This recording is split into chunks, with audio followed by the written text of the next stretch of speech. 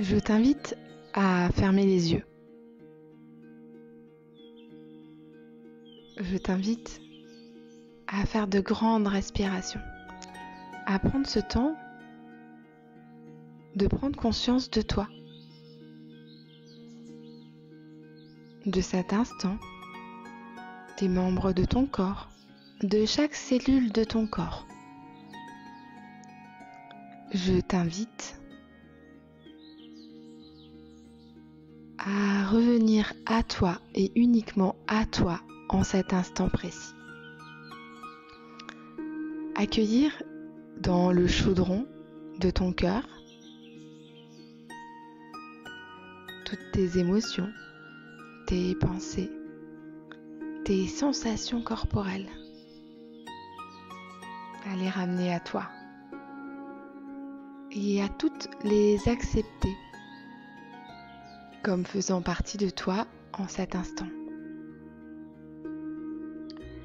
Je t'invite à imaginer un espace en nature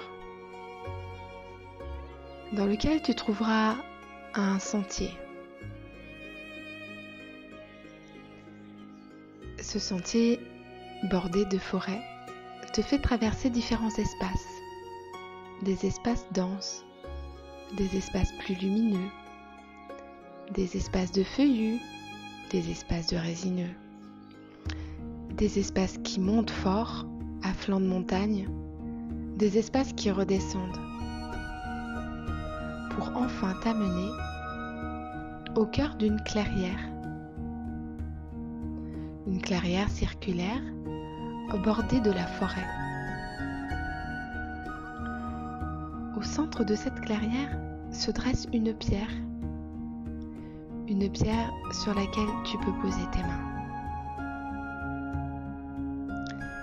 Et doucement, autour de toi, te rendre compte de ces arbres autour. Ils sont au nombre de 8. Ces 8 arbres de la connaissance, du cheminement. Ces 8 arbres qui, chacun avec leur symbolique, chacun avec qui ils sont, t'invitent à incarner un peu plus ton identité. Je t'invite à aller saluer le bouleau, symbole de la mer, du principe de la mer, de la déesse mère. Je t'invite à aller saluer le chêne, symbole du Père, du principe du Père, de l'incarnation. Je t'invite à aller saluer le hêtre, symbole de l'instant présent, de la patience, de la confiance et gardien de la mémoire. Je t'invite à aller saluer le tilleul, symbole du cœur, de l'estime de soi, symbole du mystère, de ce qui est caché. Je t'invite à aller saluer l'érable, symbole du pilier, symbole de la souveraineté, de la liberté. Je t'invite à aller saluer le châtaignier, symbole de la reconnaissance de ses valeurs et de connaître, reconnaître et accepter ses limites. Je t'invite à aller saluer le saule, symbole de la vie, de l'eau, de savoir lâcher prise et se laisser traverser par les expériences de la vie. Et je t'invite à aller saluer le sapin, symbole du rayonnement, symbole de celui qui a intégré tout le reste et qui peut simplement être lui et se laisser rayonner.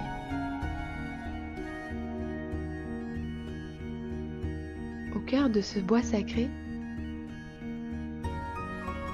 tu vas rencontrer un vieux maître druide, un sage avisé, qui pénètre dans ce bois. Il te salue et allume un feu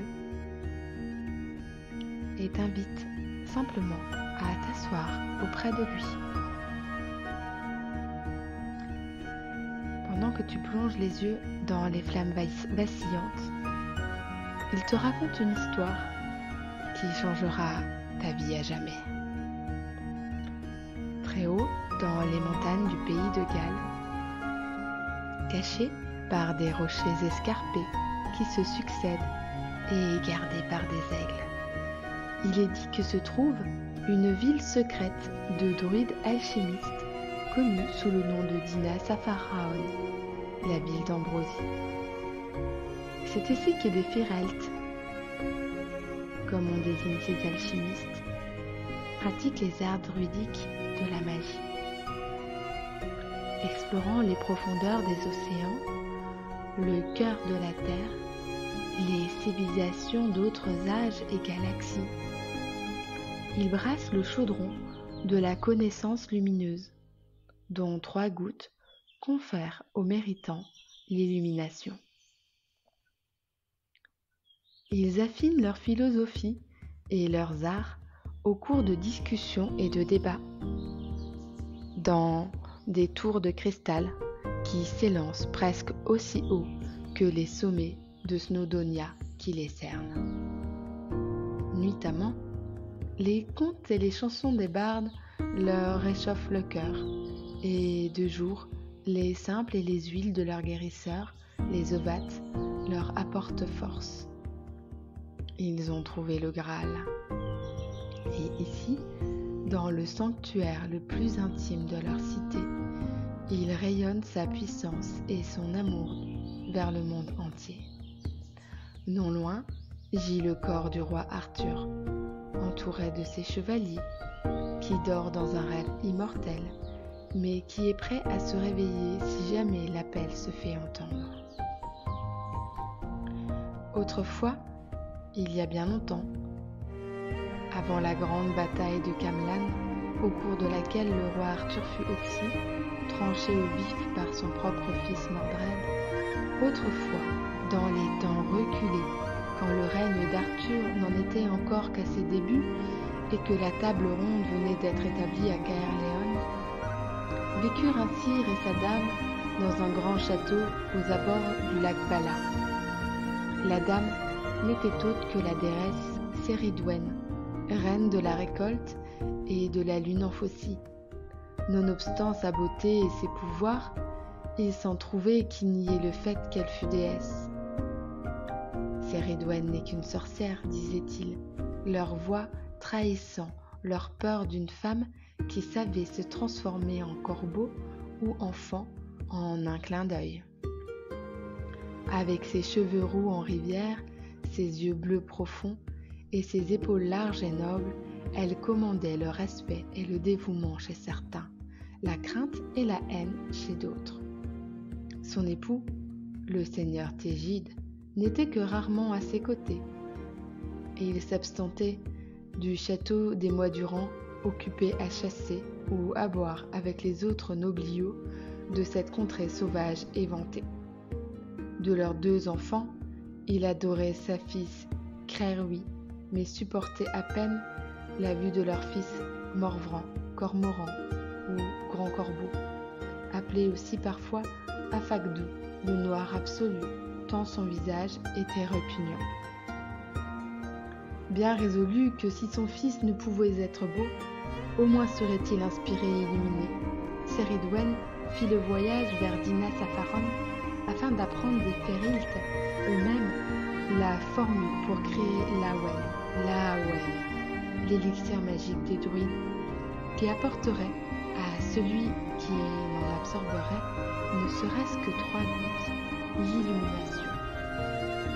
Si Afagdou ne pouvait être beau, au moins pourrait-il être sage et en paix avec le monde. Céridwen laissa les enfants sous la garde de leur nourrice, qui avait été au service de la famille depuis l'enfance. Elle chevaucha des journées durant sur sa jument écume blanche, jusqu'à ce qu'enfin, parvenant aux montagnes de Snowdonia, elle aperçut sur l'horizon les tours de cristal de la ville des Fériltes, luisant dans la lumière du couchant. Elle hâta l'allure, arrivant à la ville à la tombée de la nuit. Tambourinant sur les portes massives en fer du mur d'enceinte de la ville, Céridwen s'attendit à ce qu'un garde armé vienne lui ouvrir. Mais elle se trouva, au contraire, accueillie par une femme brune, aux yeux d'un gris doux, qui, enveloppée d'un châle noir, la conduisit sans mot dire jusqu'au cœur de la cité. Là, elle rencontra le conseil intime des Fériltes, hommes et femmes à l'allure ouverte et au maintien tranquille, qui écoutèrent son récit et accédèrent à sa demande. Ils signifièrent à la gardienne de conduire Céridwen à la bibliothèque située dans la tour centrale de la ville. Là, entourée de manuscrits anciens, le bibliothécaire ouvrit devant elle le premier livre des Fériltes. Et voici que sur ces pages de parchemin décoloré était écrite la formule pour créer l'Awen. Une fois la formule transcrite, Céridwen fut reconduite par la gardienne jusqu'aux portes de la cité. Céridwen se retourna et la regarda au fond des yeux afin de passer la porte et de monter sur son cheval, pour chevaucher comme une créature du vent jusqu'à son château au bord du lac Bala. Dès son retour, elle se précipita tout droit à la chambre des enfants. Ils dormaient tous deux là, Crerui dont les boucles d'or encadraient ses traits harmonieux et délicats, et Afakdou, avec son visage difforme, s'agitant dans son sommeil. Rassénérée quant au bien-être des enfants, elle se mit aussitôt en devoir de préparer le brouet qui devait apporter l'Awen à son fils. Le livre des Fériltes avait indiqué qu'il fallait préparer un chaudron rempli d'eau fraîche dans lequel elle devait jeter des plantes et des racines cueillies à des moments spécifiques du jour et de la nuit. À l'aube pour certaines plantes, au couchant pour d'autres, à la lune noire pour certaines racines, à la pleine lune pour le restant. Le tout devait mijoter pendant 1 an et 1 jour dans le gros chaudron en fonte. À terme de ce brouet en ébullition, devaient être projetées 3 gouttes de l'élixir druidique, 3 gouttes de connaissance lumineuse qui apporteraient à quiconque devait y goûter esprit et sagesse et toute connaissance.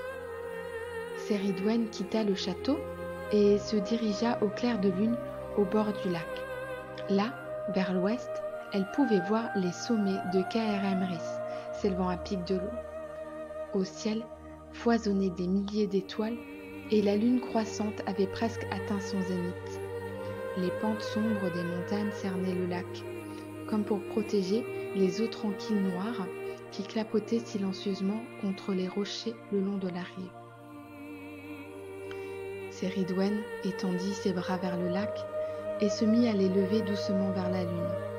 Elle fit ceci 9 fois, et à chaque fois qu'elle les levait, elle pouvait sentir une énergie montante qui tirait, émanant en même temps de son ventre et du lac, et elle entonnait à voix basse, depuis le ventre, depuis l'illimité jusqu'au monde temporel, depuis l'abîme, je te demande de venir, ô ma vision, mon désir, ce après quoi je me languis.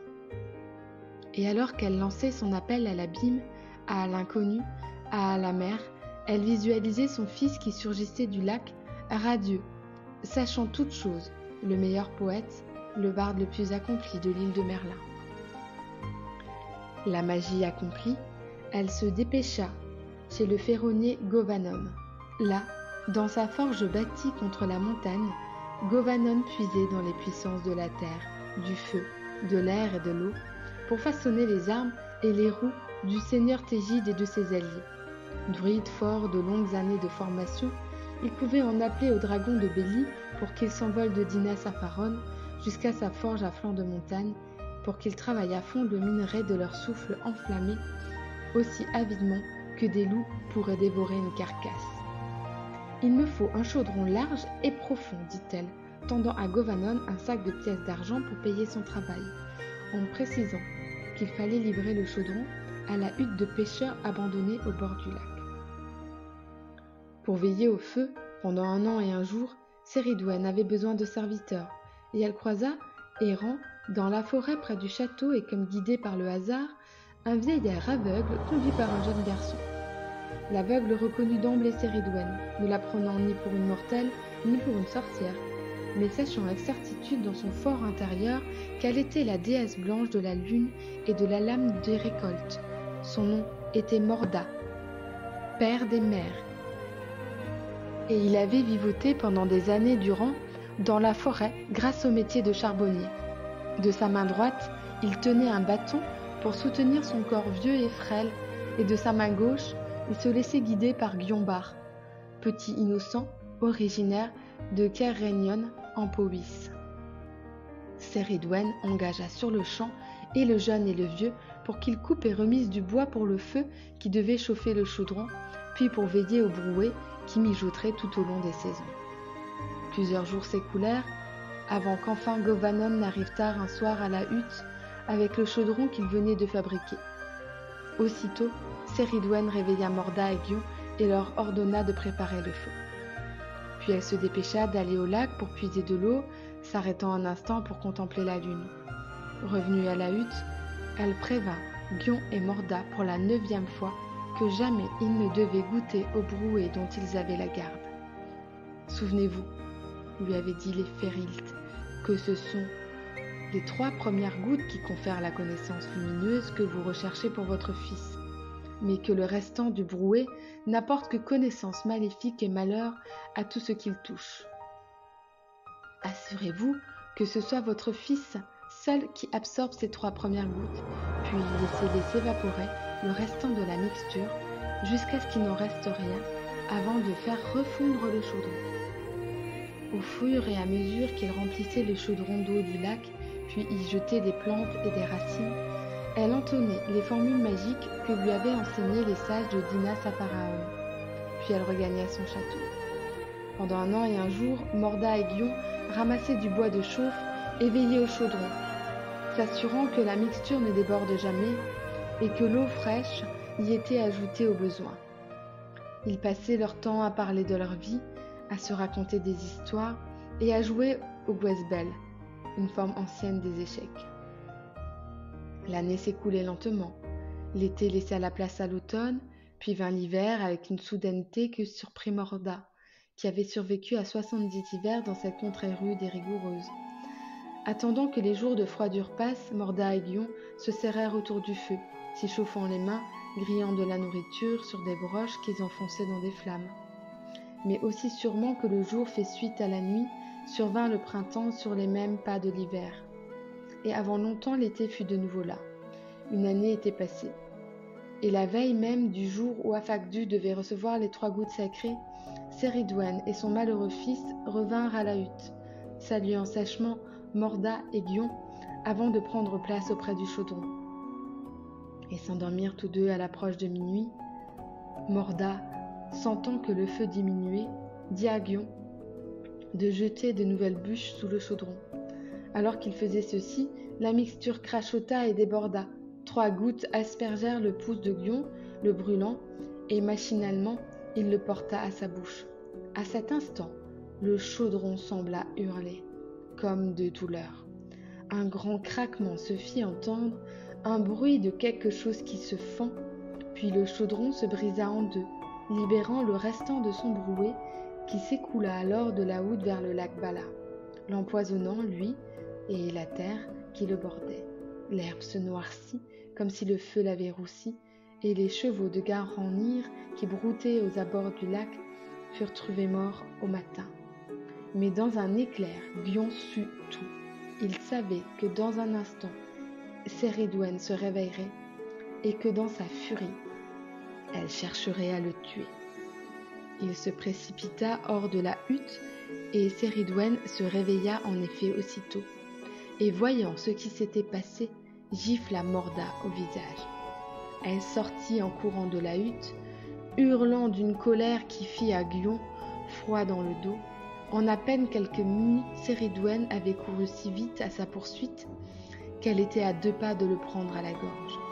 Elle tendit ses bras en courant, et à l'instant où ses longs ongles commencèrent à s'enfoncer dans la chair de son cou, il découvrit qu'il pouvait se changer en l'animal de son choix, et ainsi Par une seule pensée, il se transforma en lièvre. Se dégageant de l'étreinte de Céridwen, il eut bientôt l'avantage. Il franchit un fossé et une haie, mais Céridwen ne se laissa pas déjouer. Avec le pouvoir de la déesse de la lune changeante, elle se métamorphosa en levrette noire et la chasse continua.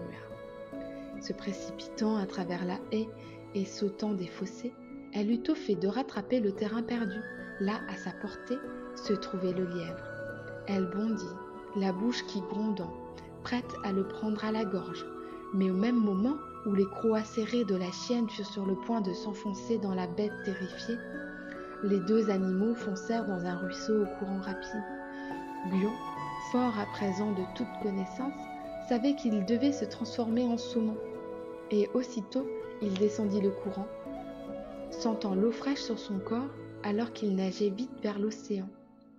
Mais Céridwen s'était aussi vite transformé en loutre et continuait sans relâche la poursuite de sa proie. Et à l'instant où les griffes de la loutre se tendaient vers la peau argentée de Gwion, il se changea en oiseau, levant son corps hors de l'eau et haut dans les airs. Mais aussitôt, elle se fit faucon et plana bientôt au-dessus du malheureux Gwion, prête à fondre sur lui lorsque, apercevant un tas de blé vanné, il décida de devenir un grain de blé. Sûrement, elle ne le trouverait jamais. Tombant à pic du ciel, il se changea en petit grain de blé au moment précis où son corps d'oiseau rencontra le tas de grains.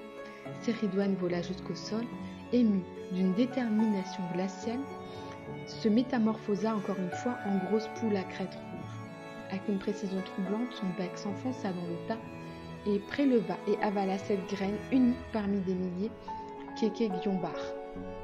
Satisfaite, Céridwen rentra chez elle, mais la graine prit vie en elle. Gwion était devenu un bébé encore une fois, et 9 mois durant, il grandissait dans la matrice de cette même déesse qui s'était employée à le détruire.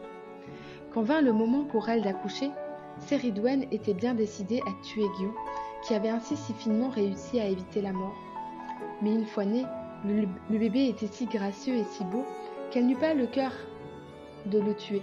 Elle serrait le bel enfant dans ses bras et l'allaita quelque temps avant de le placer dans un sac en cuir qu'elle cousit et jeta à la mer. Pendant 9 mois, le sac voguait sur l'eau. 9 mois durant Gwion était là, assis, dans l'obscurité, à voyager avec son âme entre ce monde et l'autre, à découvrir des secrets, à apprendre des chansons. Pendant 9 mois, il était retenu dans le ventre de l'océan, à ressentir l'amour de la déesse lune dans le flux et le reflux de la marée, à ressentir la puissance du dieu du ciel dans le souffle et la furie du vent. Et tout ce temps, il voyageait dans ce sac en cuir vers son avenir, vers son père adoptif, Elfine, qui lui aussi voyageait à la rencontre de son destin, à la rencontre de l'enfant adoptif qu'il trouverait bientôt dans le déversoir à saumon de son père, le sire Garanir. Garanir avait voulu aider son fils Elfine, qui toute sa vie n'avait connu que la malchance. Donc il lui avait dit de descendre au réservoir à saumon dont il était propriétaire sur le rive Connuy pour qu'il prenne autant de saumon qu'il pouvait à la veille de Beltane au 1er mai. Garanir avait coutume d'aller lui-même et y avait toujours trouvé une bonne pêche de saumon, pris dans les filets que ses serviteurs avaient étendus à travers le déversoir. Alors que les saumons nageaient vers leur frayère en amont, ils trouvaient non pas les lits des ruisseaux familiers de leur naissance, mais les raies fatales de ces filets tendus. Au moins, pensa Garanir, Elfine pourra gagner pour lui-même une somme princière avec la vente de ses poissons et un retour triomphal au festin de célébration de Beltane. Mais quand Elfine arriva au déversoir avec ses serviteurs, il n'y trouva pas un seul saumon, confirmant ainsi sa crainte qu'il était voué à la malchance. Elfine se mit à se lamenter sur son sort avant de remarquer du coin de l'œil un sac en cuir accroché sur un des poteaux qui tenaient les filets. Elfine retira le sac de l'eau, il leva son couteau et le trancha. Émerveillé, il contempla le bébé devant lui, se retournant vers ses serviteurs et s'exclama « Regardez, un front radieux, Taliesin !» Et le garçonnet, dans le sac s'assit et souriant, regarda Elfine droit dans les yeux, disant « C'est bien ça, Taliesin !» Elfine rapporta l'enfant à sa femme, ils prirent soin de lui comme s'il était leur propre enfant. Et avec chaque année qui passait et où il grandissait, sa sagesse augmenta 10 fois, de sorte que lorsqu'il n'avait que 13 ans, il était devenu le poète le plus sage du pays. Et quand Taliesin eut cet âge, son père adoptif se rendit à la cour du roi Maegwin. Là, il raconta au roi que Taliesin était le barde le plus accompli de tous. Mais le roi, au lieu d'en être ravi, fut outragé, interprétant une telle prétention comme un affront aux 24 bardes de sa cour royale. Emporté, il jeta Elphine au fond de son cachot le plus profond. Grâce à sa double vue, Taliesin s'aperçut de cette injustice et voyagea aussitôt à la cour en rassurant sa mère adoptive avant de partir de la sorte. Moi, Taliesin, chef des bardes, par les paroles sages de Druide, je ferai libérer Elphine. Il arriva à la cour et abasourdit tous les bardes du roi par une incantation, avant d'annoncer au roi « Je suis barde principal en chef auprès d'Elphine, et mon pays d'origine est la région des étoiles d'été. » Puis il fit lever une tempête violente autour du château du roi, jusqu'à ce que le roi se repente et libère Elphine de prison, acceptant Taliesin comme le plus sage de tous les bardes. Même le grand druide Merlin déclara jadis « Puisque moi, Merlin, ne suis surpassé que par Taliesin, que mes paroles puissent être entendues comme vérité. » Aussi, d'aucuns prétendent que le nom secret de l'île de Merlin serait l'île de Taliesin, île des poètes et des rêveurs, et de ceux en quête de la sagesse. Voici l'histoire de Céridwen, de son chaudron de l'illumination, et de la naissance de Taliesin. Puisse-t-elle infuser en toi, t'apporter connaissance, illumination, prise de conscience et sagesse. Prends le temps de remercier ce druide qui te conte cette histoire, chacun de ces arbres qui t'a accueilli au sein de ce bois sacré, le feu, la pierre du milieu, et enfin, reprends le retour de chez toi, laissant infuser cette connaissance, cette histoire, ce mythe, à l'intérieur de chacune de tes cellules.